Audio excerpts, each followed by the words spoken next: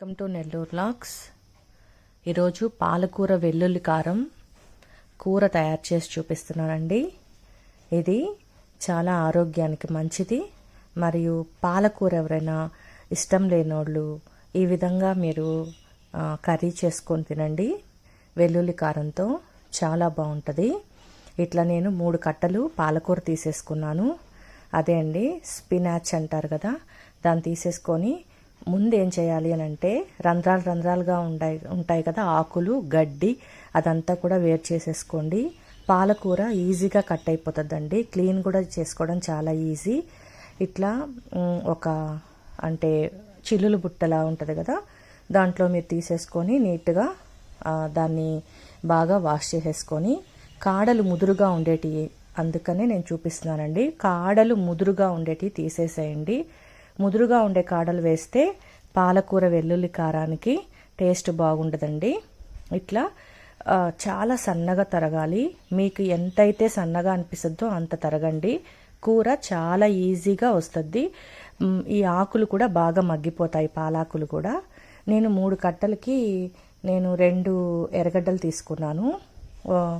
ఒక 7-8 వెల్లుల్లిపాయలు తీసుకున్నాను.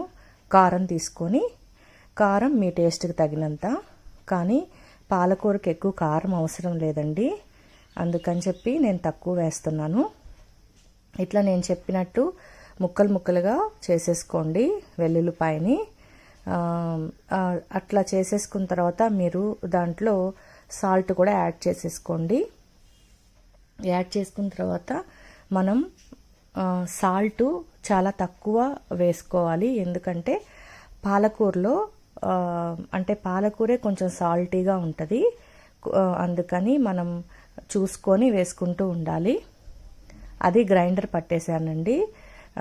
వెల్లుల్లిపాయి, తెల్లగడ్డ, నెక్స్ట్ వచ్చేసి ఉల్లిపాయ, తెల్లగడ్డ, నెక్స్ట్ కారం, సాల్ట్, ఈ 3 కూడా నేను గ్రైండ్ చేసేసుకున్నాను.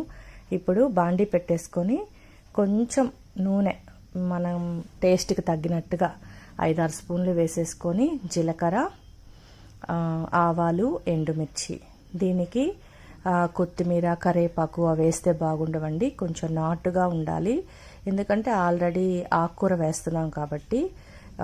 మనం నెక్స్ట్ అవి చిటపటానిన తర్వాత ఈ వెల్లుల్లి కారం మనం గ్రైండ్ చేసి పెట్టేసుకున్నాం కదా, దాంట్లో ఇది కూడా వేసేసి నేను ఏం చేశానంటే వెజిటేబుల్ గరం మసాలా అని ఒకటి అమ్ముతారండి, ఆచి వాళ్ళది, అది వాడాను.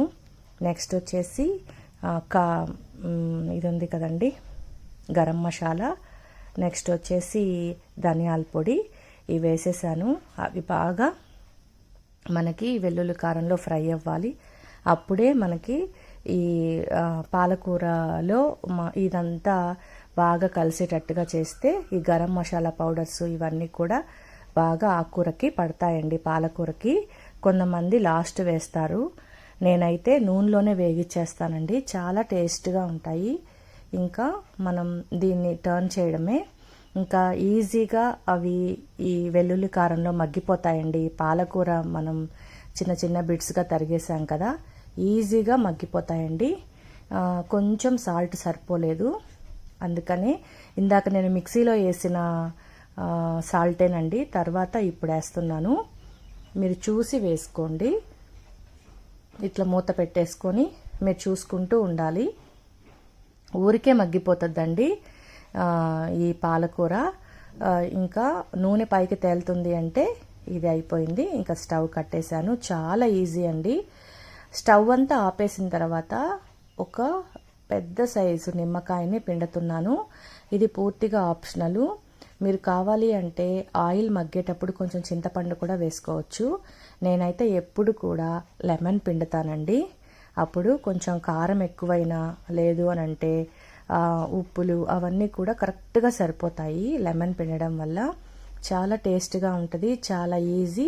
చపాతీలోకైనా, రైస్లోకైనా, మనం దోశల్లోకైనా చాలా బాగుంటుందండి ఈ పాలకూర వెల్లుల్లి కారము. ఇంకా నేను తోటకూరతో కూడా ఇట్లా వెల్లుల్లి కారం వేసి చేస్తాను, చాలా బాగుంటుంది. ఒకసారి ట్రై చేయండి, చాలా బాగుంటుందండి. Thank you.